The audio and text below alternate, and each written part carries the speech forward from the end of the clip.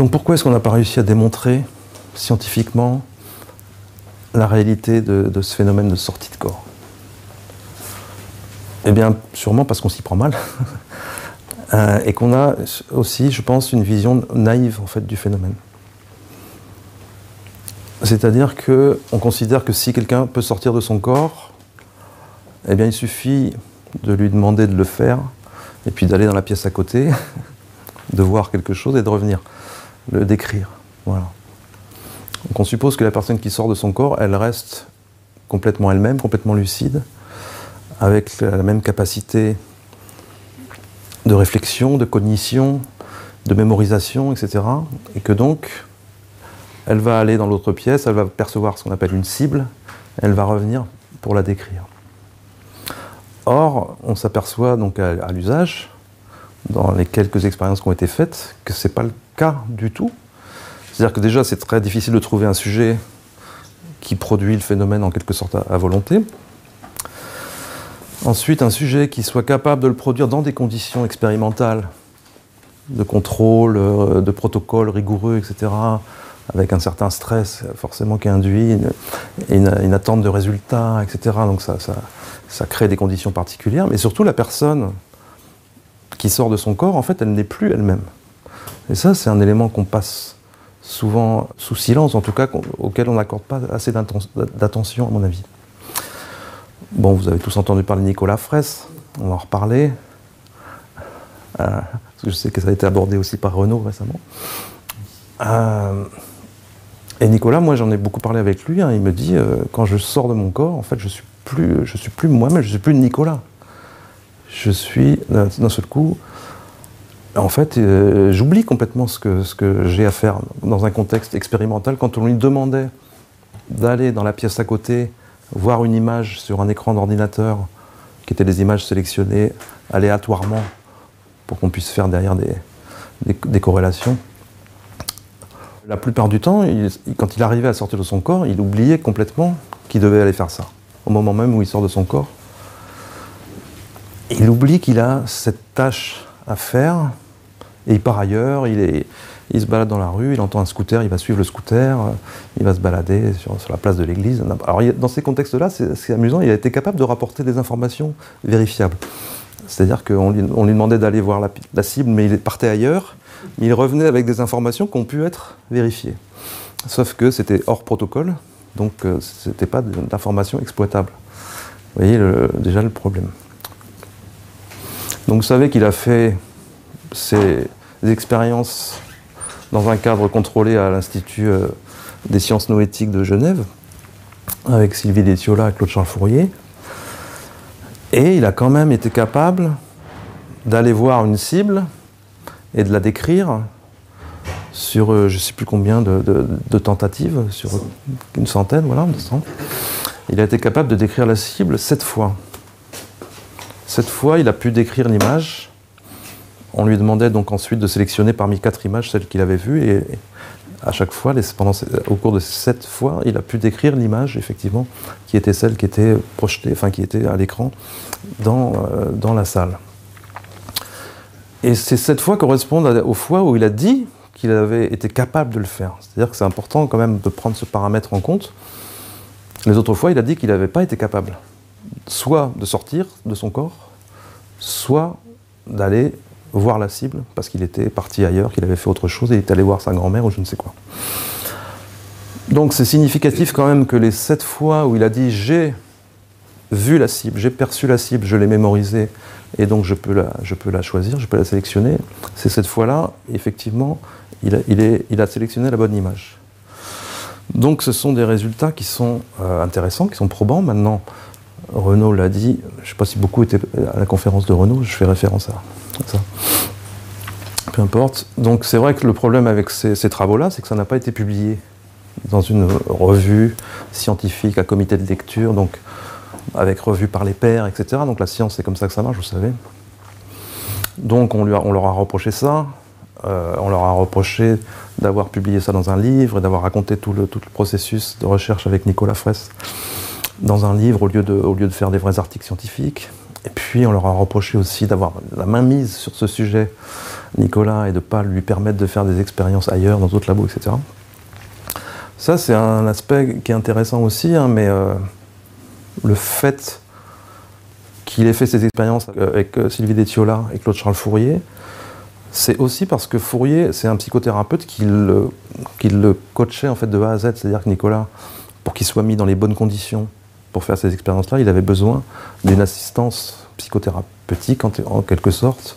Il avait besoin d'un accompagnement, d'une mise en condition qui était permise par le travail qu'il faisait avec Claude-Charles Fourier. Donc c'est aussi pour ça qu'il n'a pas fait d'expérience ailleurs. Alors je sais que Limi l'a contacté, l'a sollicité, ou Limi, ou des gens qui gravitent autour de Limi. Renaud, je sais que Renaud a fait des démarches pour ça aussi. Et bah, moi je souhaite effectivement qu'il puisse toujours se prêter à des protocoles dans d'autres cadres, mais il y a un peu le syndrome que j'appelle Jean-Pierre Girard. Le syndrome Girard, c'est vous faites un truc extraordinaire dans un labo, et puis après il y a le labo d'à côté qui va vous dire moi je vous crois pas, vous venez le faire dans mon labo. Et puis après il y a un autre labo qui va dire non, ça marche pas, vous l'avez fait dans 2 labos, mais venez le faire dans mon labo à moi. Donc le gars il passe sa vie à refaire le même truc devant différentes personnes, et au bout d'un moment il finit par tricher, donc du coup ça annule, ça discrédite complètement tout ce qu'il a pu faire, alors que dans le cas de Girard, moi je maintiens qu'il a produit des vrais résultats dans des conditions contrôlées. Donc il y a un peu ce risque-là aussi avec Nicolas Fraisse, et de fait, aujourd'hui, il ne veut plus se prêter à ce genre de choses. Pour évacuer un petit peu le cas de Nicolas Fraisse, on pourra en discuter après si vous voulez. On l'a vu faire des choses extraordinaires aussi à la télévision. Il a fait du chez Simès il n'y a pas longtemps. Chez Simès, on peut en parler, il avait fait des choses déjà à la télévision suisse. Le problème, c'est que bien sûr, des gens qui ont une culture scientifique de ces phénomènes-là vont vous dire que c'est pas de la science. Bah non, c'est de la télé. Donc forcément, il y a une incompatibilité entre la rigueur de la science, la rigueur nécessaire pour produire de la science, et puis ce que demande la télévision. C'est juste pas possible de concilier les deux choses. Il y a eu des tentatives dans les années 60, etc. Même Yves Lignon a participé à des choses, à des protocoles, machin. Pour moi, c'est pas compatible. Hein. La télévision a une exigence de spectacle. La télévision transforme tout ce qu'elle montre en spectacle, par définition. Et donc, on ne peut pas dire qu'une expérience faite à la télévision, c'est une expérience scientifique, ça va de soi, c'est évident. Par contre, si on accorde une certaine bonne foi aux journalistes, aux personnes qui ont monté ces experts, entre guillemets, il s'est quand même passé des choses assez stupéfiantes, quoi. Et donc, on peut revenir sur l'émission de Simès. Moi, j'étais invité dans cette émission, d'ailleurs. Mais pour parler d'autre chose, en l'occurrence. Mais d'abord, il avait participé à une émission sur la télévision suisse, où il avait fait, alors je ne sais pas si les gens connaissent ici, mais la plupart d'entre vous avaient dû voir la séquence peut-être sur YouTube, non? Donc la télévision suisse, bon je résume, je raconte rapidement. La télévision suisse donc filme Nicolas, et donc il parle de ses capacités, de sortie de corps et de vision à distance. Et on lui dit, donc il est chez lui, on lui dit, est-ce que vous pouvez vous rendre dans la boulangerie qui se trouve en bas de la rue, et puis nous décrire ce qui se passe dans la boulangerie. Donc il se concentre, et puis il dit, voilà, dans la boulangerie, il y a 3 clients, il y a un panier à pain qui est renversé devant le couloir. Il dit encore deux, trois choses, et puis il dit, la boulangère a des boucles d'oreilles en forme de, comme ça, de pastille, là, avec une encre dessus, une petite pastille. C'est pas une encre qui pend, hein, c'est pas un pendentif, voilà ce que je veux dire. C'est une boucle d'oreille avec une encre dessinée dessus. Donc il dit ça, et en même temps, donc l'équipe de télé a un comparse dans la boulangerie qui prend des photos, et effectivement, donc tout ce qu'il dit est exact.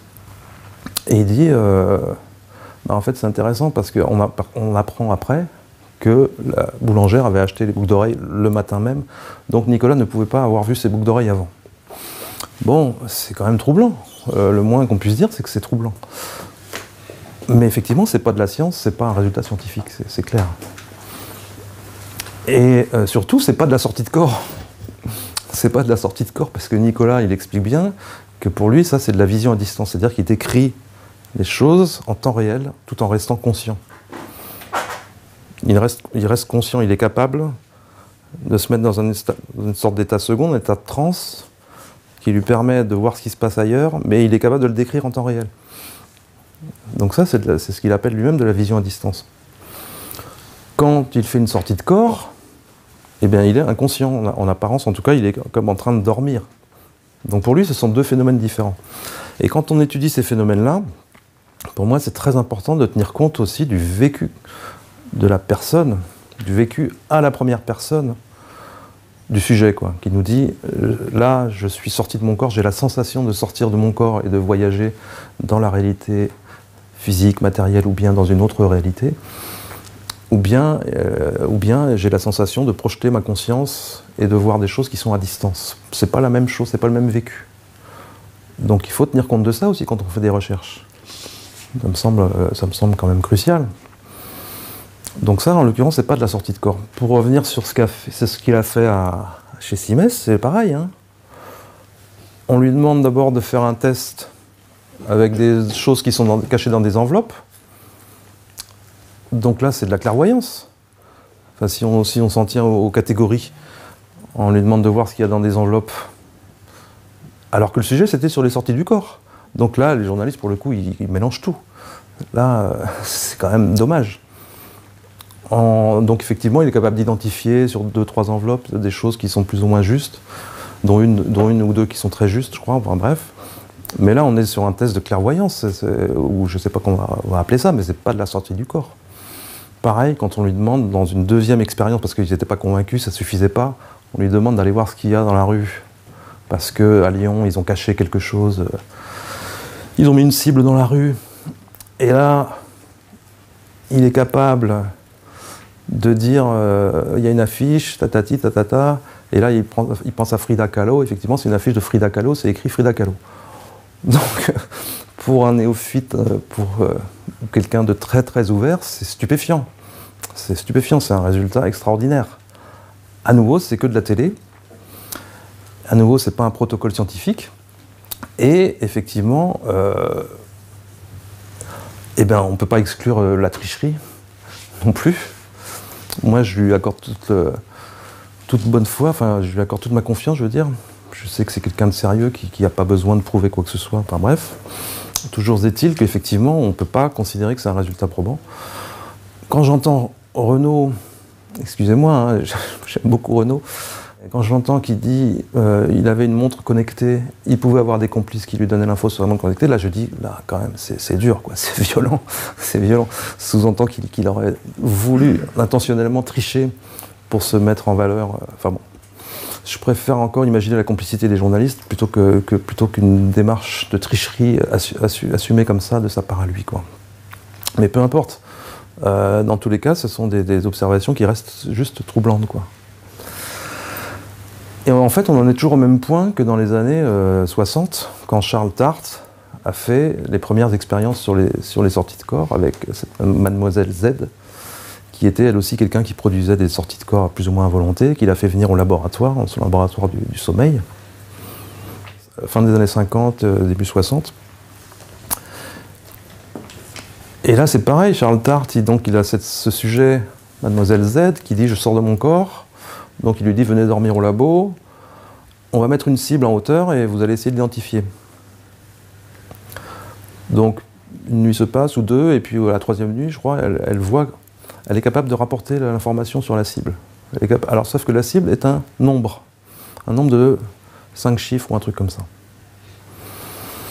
Ça c'est pareil, c'est un protocole qui, alors bon, évidemment à l'époque, c'était tout à fait bien pensé quand même de la part de Tart.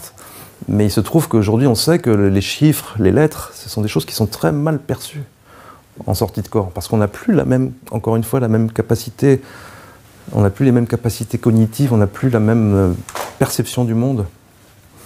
Et donc, on a beaucoup de mal, en l'occurrence, enfin, c'est ce que disent les témoins, hein, à lire, notamment, du texte, et puis à percevoir les chiffres. Donc, c'est la même problématique pour les chiffres et les lettres, en fait. Donc, extraordinairement quand même, cette jeune fille est capable de dire j'ai vu la cible, c'est tel chiffre. Et donc on a une preuve là, pour le coup, où est le problème? Eh bien non, parce que forcément, vous avez des sceptiques qui vous disent « mais elle a pu voir la cible dans le reflet du plafonnier en plastique avec la lumière, etc. » Et même si les chiffres seraient apparus à l'envers, elle a quand même été capable de reconstituer la cible. Donc, le problème avec ces protocoles-là, c'est que vous allez toujours avoir une possibilité, une faille en fait. Pour avoir un protocole qui soit inattaquable, franchement, j'ai dit bon courage aux chercheurs, parce que c'est quasiment impossible, vous allez toujours avoir une faille. Et quand bien même vous arrivez à valider qu'il y a eu perception de la cible, eh bien vous aurez toujours des explications alternatives, y compris les plus extravagantes, y compris les moins économiques. Et là, il faut faire intervenir le facteur, le principe de parcimonie, le principe d'économie en sciences.